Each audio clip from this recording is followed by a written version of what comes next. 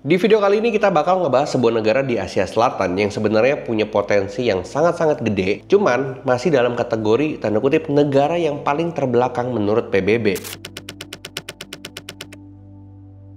Jadi gue lagi membicarakan tentang Bangladesh. Negara ini adalah negara yang punya berbagai keunggulan tapi masih tertinggal dari negara-negara tetangganya. Mengapa hal ini bisa terjadi? Apa sebabnya faktor-faktor yang membuat Bangladesh ini berpeluang menjadi kekuatan ekonomi terbesar di masa depan? Dan apa kendala yang menghambatnya? Kita bakal belajar di video kali ini. Dan gue juga akan membedah sejarah singkat tentang Bangladesh, kondisi saat ini, serta prospek ekonomi yang menurut banyak pengamat ini bisa menjadikan Bangladesh sebagai salah satu ekonomi terkuat di kawasan Asia. Bangladesh seperti yang kita kenal sekarang lahir pada tahun 1971. Dengan sejarah yang cukup tragis. Jadi sebelum merdeka, negara ini adalah bagian dari Pakistan Timur, dipisahkan oleh wilayah India dan berada di bawah kendali Pakistan Barat. Jadi penderitaan mereka ini dimulai ketika siklon bola menghantam pada November 1970. Ini menewaskan setidaknya 500 juta jiwa.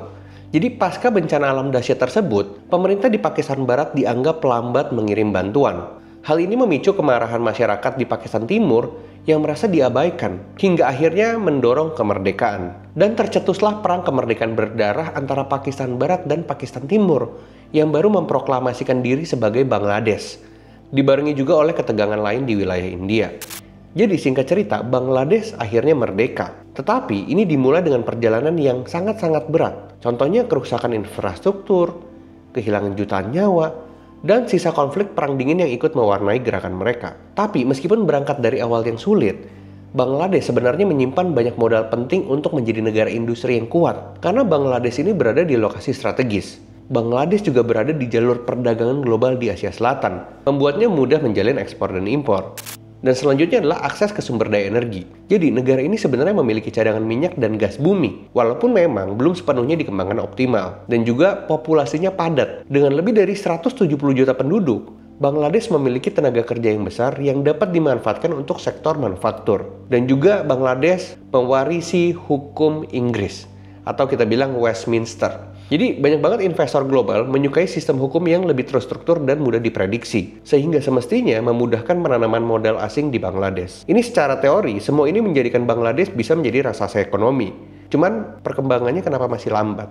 Karena sebenarnya Bangladesh memiliki masa lalu yang berat. Jadi tahun-tahun awal Bangladesh ini diwarnai dampak perang dan bencana alam, kehancuran besar, kurangnya modal, serta instabilitas politik membuat laju pembangunan tidak berjalan mulus.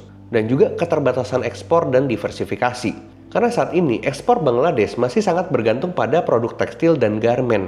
Meski sektor ini berhasil mempekerjakan jutaan orang, sektor ini masih menjadi kategori industri yang upah rendah dan padat karya, yang sebenarnya kurang cocok jika mereka ingin naik kelas menjadi negara berpenghasilan menengah. Dan data ekonomi yang tidak akurat. Jadi pelaporan data ekonomi di Bangladesh ini nggak pernah sinkron. Salah satu lembaga statistik bisa mengklaim ekspor naik, sedangkan lembaga lainnya bisa bilang ekspor turun. Lucu sekali memang, nggak sinkron. Akibatnya, pembuat kebijakan dan investor ini akhirnya mungkin meragukan keandalan datanya Bangladesh, sehingga lebih berhati-hati menanam modal. Nah, dalam memahami posisi Bangladesh, kita perlu ngelihat konsep comparative advantage atau keunggulan komparatif. Negara yang punya biaya produksi lebih rendah untuk komoditas tertentu, ini sebenarnya memiliki keunggulan di komoditas tersebut. Bagi Bangladesh, keunggulannya sekarang ada di garmen dan tekstil, karena yang pertama itu upahnya rendah. Jadi biaya tenaga kerja di Bangladesh termasuk termurah di dunia. Yang kedua adalah padat karya, jadi pembuatan pakaian ini sebenarnya masih sulit diotomasi, sehingga membutuhkan banyak pekerja. Masalahnya, ekonomi padat karya ini nggak cukup untuk mengangkat perekonomian menuju pendapatan menengah atau tinggi. Jadi benar-benar butuh peralihan ke sektor yang lebih padat modal. Misalnya industri manufaktur yang bernilai tambah tinggi, atau teknologi, dan juga lain sebagainya. Jadi Bangladesh saat ini itu masih mendapat status dan perlakuan khusus sebagai Least Developed Country atau LDC yang memberinya serangkaian hak istimewa. Contohnya bea masuk yang rendah di banyak negara. Jadi kalau Bangladesh naik status menjadi negara berpenghasilan menengah, hak istimewa ini tuh jadi hilang. Yang harusnya barang-barang Bangladesh ini kalau masuk setiap negara murah nanti bisa jadi mahal karena hak istimewanya udah nggak ada lagi. Dan akhirnya harga produk Bangladesh ini udah tidak lagi kompetitif dibanding sebelumnya. Kalau mereka masih benar-benar fokus cuman di ekspor tekstil doang. Sebenarnya mereka ini harus beralih ke produk atau jasa yang lebih beragam dan bernilai lebih tinggi. Dan mereka harus memperbaiki infrastruktur dan meningkatkan kualitas tenaga kerja agar investor tetap tertarik. Meski industri domestik ini belum terlalu beragam, Bangladesh mendapatkan banyak pemasukan dari remittance, yaitu uang yang dikirimkan pekerja migran di luar negeri masuk ke Bangladesh. Nah, uang kiriman ini itu pertama untuk memperkuat cadangan devisa, membantu menjaga stabilitas mata uang Bangladesh pastinya.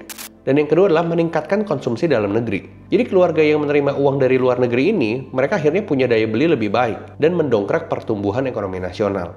Tapi sebenarnya cuma ngandelin remittance aja ini nggak cukup buat jangka panjang. Dan suatu saat, kalau Bangladesh ini benar-benar pengen naik kelas, mereka ini butuh lebih banyak investasi langsung, atau kita bilangnya foreign direct investment di dalam negeri. Jadi bukan cuma sekedar ngandelin remittance dari orang-orang Bangladesh yang di luar Bangladesh. Uniknya, di kawasan Asia Selatan, potensi perdagangan antar negara ini masih sangat rendah. Kalian tahu nggak, ini cuma sekitar 9% perdagangan Bangladesh yang berlangsung dengan negara-negara tetangga seperti India, Myanmar, Nepal, ataupun Thailand.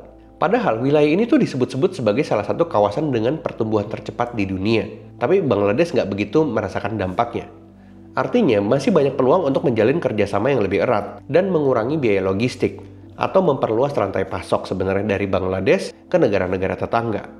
Dan juga Bangladesh ini harus melakukan namanya diversifikasi ekspor. Jadi nggak cuma tekstil, tapi bisa mengembangkan sektor farmasi yang sebenarnya di mana Bangladesh ini unggul di pasar Myanmar. Jadi bisa jadi pintu masuk yang memperkuat hubungan dagang antar negara yang bertetangga. Tapi anggaplah Bangladesh ini gagal mengatasi masalah diversifikasi ekspor. Atau misalnya gagal mempersiapkan diri lepas dari kategori LDC. Atau memperbaiki pencatatan data ekonomi yang masih tetap berantakan. Ini sebenarnya Bangladesh bisa benar-benar terjebak ke dalam krisis seperti Sri Lanka. Di mana Sri Lanka ini punya masalah utang dengan luar negeri yang nggak kebayar-bayar. Atau krisis neraca pembayaran. Dan akhirnya membuat investasi asing ini lambat masuk ke negara mereka. Dan akhirnya sangat-sangat bergantung pada satu jenis ekspor aja. Tekstil lagi. Dan ujung-ujungnya ini bisa membuat namanya destabilisasi ekonomi yang sangat-sangat serius.